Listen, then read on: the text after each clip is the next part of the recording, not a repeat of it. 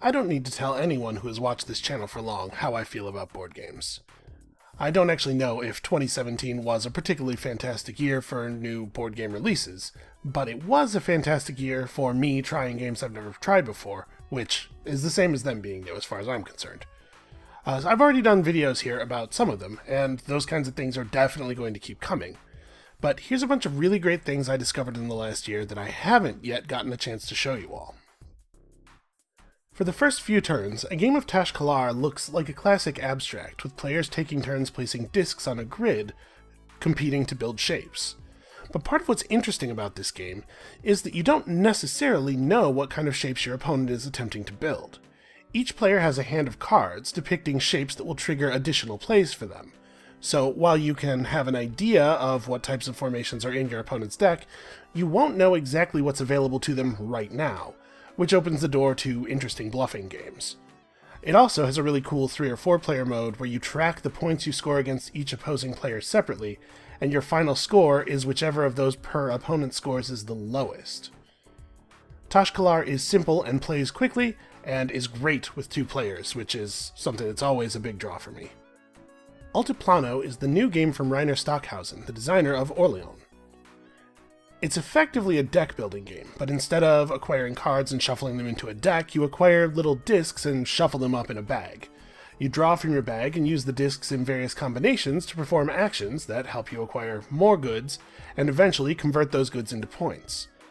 Controlling the contents of your bag to keep your draws from being too random while not making an inefficient mess out of your scoring opportunities is a well-designed challenge. Also, Altiplano features far more alpacas than most games, which is certainly to its benefit. In some ways, The Colonists is a standard convert resources into other resources economy game. If you've played modern board games, I'm sure you've refined ore into iron and clay into bricks at least a couple of times. But where The Colonist distinguishes itself is its market map.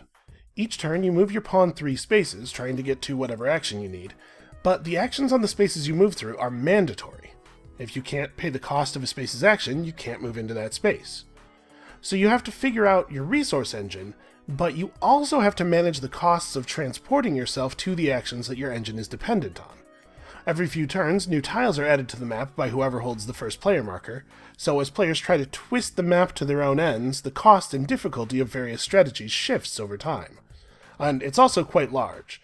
The documentation suggests that a full 4-era game might take 4 hours or so to play. I've never gotten to play a full 4-era game, but the idea of making endgame decisions that have that much history and context behind them is very compelling to me. I'm usually pretty wary of a game that features a lot of die rolling, but in the Voyages of Marco Polo, low rolls aren't necessarily worse than high ones. It's a worker placement game where the dice are your workers, and the outcomes of actions you assign them to are based on how high their die value is. But if you play a space that's already been played this round, you also have to pay an amount of money equal to the worker's value. So low rolls are sometimes invaluable, especially if you're late in the turn order that round, because sometimes you just can't afford to play a lot of high dice. I find the puzzle of figuring out from your dice what needs to be done and in what order very satisfying. Speaking of satisfying turn optimization puzzles, I am completely in love with Shogun. Shogun is a territory control game set in ancient Japan with a couple of really great mechanics at its core. First is phase ordering. At the beginning of each turn, the 10 phases are shuffled up and dealt out in a random order, with only the first 5 of them being revealed to the players. Each player then commits 1 province to perform each phase, and after everyone's committed, you process the phases in order. The uncertainty created by trying to attack, defend, and generate resources while predicting everyone else's actions is a common enough thing in board games, but the additional uncertainty created by the hidden phases turns the board state into a special kind of chaos where everyone is always afraid of things going horribly wrong. The other thing that makes Shogun really special is how combat is resolved. When a battle occurs, rather than rolling dice or referring to a chart or something, all of the fighting cubes are picked up and thrown into the Tower of Chaos. The tower is filled with little ledges and baffles and seated at the beginning of the game with a bunch of cubes from each player, so it's difficult to know exactly what will come out.